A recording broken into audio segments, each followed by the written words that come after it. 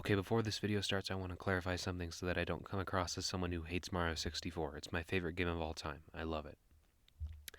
This video is not my personal opinion, really. It's just me trying to illustrate a point about game review and how a lot of reviews seem to favor either one side or the other when they're looking at games. So, when later in the video, when I talk about today's standards, I mean ignoring the past, absolutely ignoring the past. So, I don't know. This is a really abstract concept for me to get across in this video, and I don't want it to come across wrong. So I wanted to film this before the video started. Okay, love you. Bye. If you saw me on the street, pulled me aside and asked me, "Is Mario 64 a good game?" I would respond with yes and yes. If you asked me, "Is Mario 64 a masterpiece?" I'd have to respond with yes and no. Let's peep this out.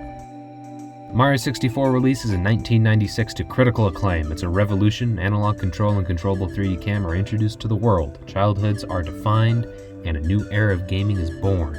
I release in 2003, play the DS port, first game I've ever played. Childhood defined, and parents mourn the loss of a no-gaming household. I continue to play the game until my DS dies on me, sell all my games to buy a used copy of Halo 3. Play the crap out of that campaign over and over, cementing my love for video games. I continue to grow and play a variety of games until, bam! 2020, Super Mario 3D All-Stars is released, and I have a legal way to play the game of my childhood again. I am ecstatic. Pre-order that crap day one. Beat the game before October, and I loved every second of it, is what I wish I could say. The truth is, the game is aged in a lot of areas. The camera system is very, very annoying at times, slowing the pace down in otherwise faster sections of the game, and costing me a good number of my lives.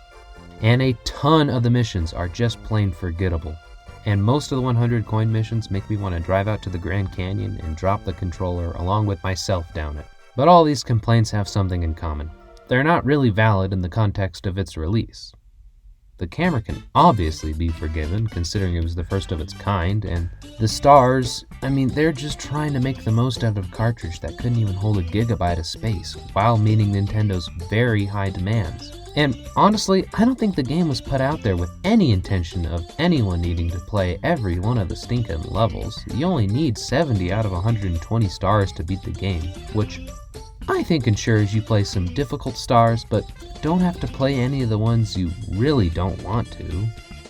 It all contributes to this game allowing for such freedom and choice of which levels and which stars you want to do and how you want to do them. It's a 3D platformer, yeah, but more than that, the game reminds me of a sandbox type game. There's so many options in every single course, and it was the first time it had ever been done.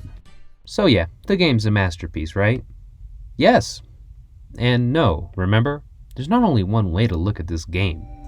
Look at all the 3D platformers we have now. In the Mario series alone, we've seen 4 more successors, each building off of the last in different ways. Mario Sunshine, slightly more linear, more expansive approach to 64 with a crazy new movement option. Galaxy 1 and 2, even more linear with a richer story and atmosphere, less movement options, but crazier level design. And then we have Odyssey. Oh mama, a return to form with the sandbox-like design, where they don't even show you the missions you have to do outright. You just go and do things, complete a couple of the boss battles, and let the level design guide you through all the missions. There's a lot to compare 64 to now. And all these games don't even have to worry about 64's problems. They have their own problems. Sunshine has way too many difficulty spikes. Galaxy might be too linear for some people, and Odyssey, for a lot of people, has way too many moons. But notice how those last two are really opinions and more nitpicky. The games have only gotten better with time, giving us more and more ideas and mechanics to revel in.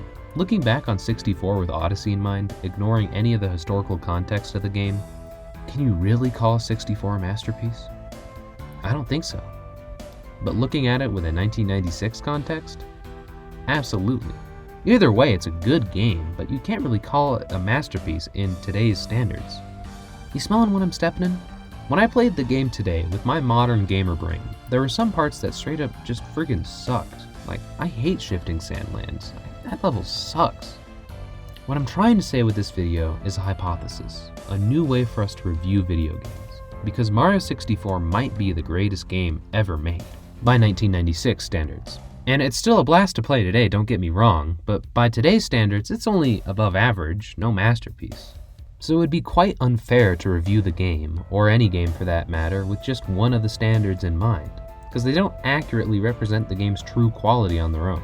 So, this channel, when it comes time to provide a game with a score, it will not just provide one, not even two, but three scores. One using the lens of the game's birth, and one using the modern lens, and one containing the rounded up or down average of both. The games will be scaled on a scale of 1 to 5 because screw even numbers, am I right?